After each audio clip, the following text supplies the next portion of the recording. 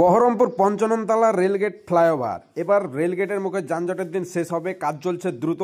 এদিকে দেখতেই পাচ্ছেন যে পিলারের কাজের জন্য একদম মাটি টেস্টিংয়ের পরে পায়ের কাপ বসানোর কাজ স্টার্ট হয়ে গেছে।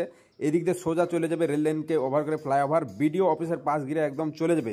এই পঞ্চাননতলা যে রেলগেটের মুখে প্রচণ্ড যানজট হয়, সেই যানজটের দিন শেষ হবে। পায়ের কাপ বসানোর জন্য রডের খাঁচা এখানে ইতিমধ্যে নির্মাণ দেখতেই পাচ্ছেন হয়ে গেছে।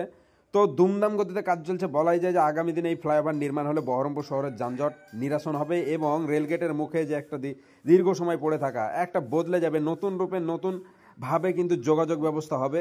তো বুঝতেই পারছেন যে এই কাজটা কিন্তু আজ না, অনেক দিন থেকেই চলছে, দীর্ঘদিন থেকে চলছে। বিভিন্ন রকম সমস্যা হয়, মাঝে মধ্যে কাজ আটকে যায়, আবারও শুরু হয়। তো আবার কিন্তু সমস্ত সমস্যার সমাধান করে এপারে যে সমস্ত বস্তি টস্তিগুলো ছিল তাদেরকে বহরমপুর পৌরসভার উদ্যোগে নিচে জায়গা দেওয়ার পরে অবশেষে খালি করে এখানে এবার কাজ শুরু হয়ে গেছে।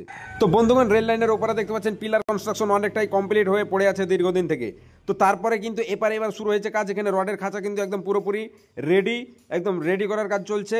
আর এই যে ফ্লাইওভারটা খুবই গুরুত্বপূর্ণ বহরমপুর শহরের পঞ্চাননতলা, যেটা ওল্ড NH 34 নম্বর জাতীয় সড়ক, যেদিক দিয়ে আগে যানবাহন চলতো, বহরমপুর বাইপাস হওয়ার পর থেকে কিন্তু যানজট কমেছে। তবুও কিন্তু শহরে ঢোকার একমাত্র এই পঞ্চাননতলা রেলগেট পার করে একদম বহরমপুর বাস স্ট্যান্ড হয়ে একদম চলে যাচ্ছে ভাগীরথী ব্রিজ পার করে বহরমপুর বাইপাসের দিকে, একদম দেখতেই পাচ্ছেন।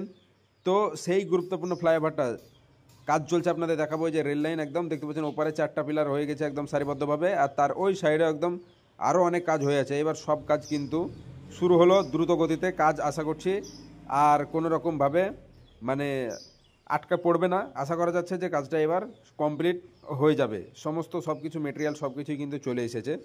তো এই বহরমপুর ফ্লাইওভারের পঞ্চাননতলা রেলগেটের যে ফ্লাইওভার, তা নিয়ে আপনাদের কি মতামত অবশ্যই কমেন্ট বক্সে জানাবেন। ওই যে রেলগেটটা দেখতে পাচ্ছেন একদম পাশাপাশি, সেই গেট বন্ধ হয়ে এখন ফ্লাইওভার নির্মাণ হয়ে গেলেই যোগাযোগ ব্যবস্থা আরও উন্নত হবে।